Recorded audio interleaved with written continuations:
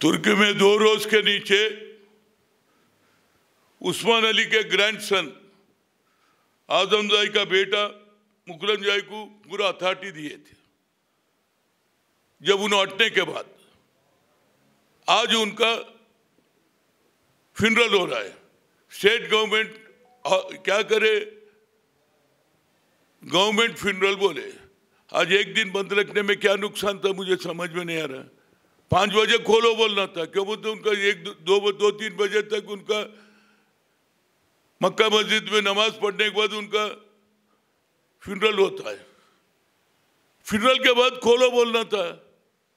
आज उन्हीं के बदौलत, आज उस्मान अली खान के बदौलत, मुकरमजाई के बदौलत में आज पूरा कोकापेट से लेके गच्चीबौली से लेके ऑलमोस्ट हैदराबाद के सराउंडिंग सब जमीन उन्हीं का ही था। जुबलीज, बंजारा हिल्स, ऑलमोस्ट सरकार का जमीन थे, वो सब छोड़ के गया।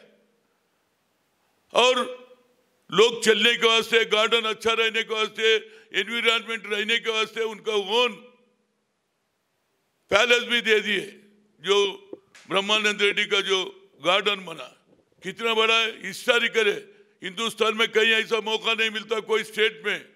इतना करने के बाद आज उनको बंदकाल क्यों नहीं दिए?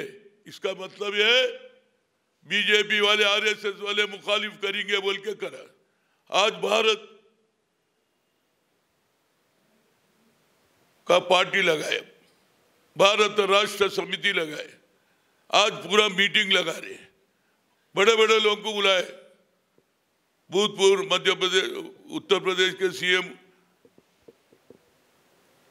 को भी बुलाए और पंजाब के सीएम आए, अखिलेश को बुलाए उधर उत्तर प्रदेश से, केजरीवाल को बुलाए दिल्ली से, आकर केरला का सीएम भी आए और हमारे सीपीए के राजा भी गए।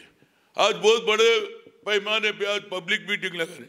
क्यों भाई, क्यों डरते हो आरएसएस बीजेपी से?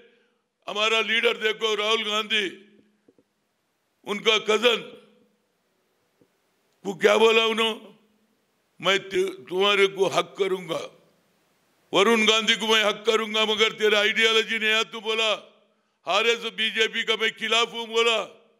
ये है आइडियोलॉजी। एक तरफ बोलते हैं कि मैं बीजेपी से लड़ रहा हूं, दूसरे तरफ से सेकुलर बोलते हो और सेकुलर सिद्धांतों के साथ तुम साथ नहीं है। क्या बोले तो नरेंद्र मोदी से डरे हुए और देश भर में नरेंद्र मोदी का खिलाफ मैं मुहिम चलाता हूं। क्या मुहिम चलाते भाई तुम? आज तुम्हारा पूरा मालूम होगा।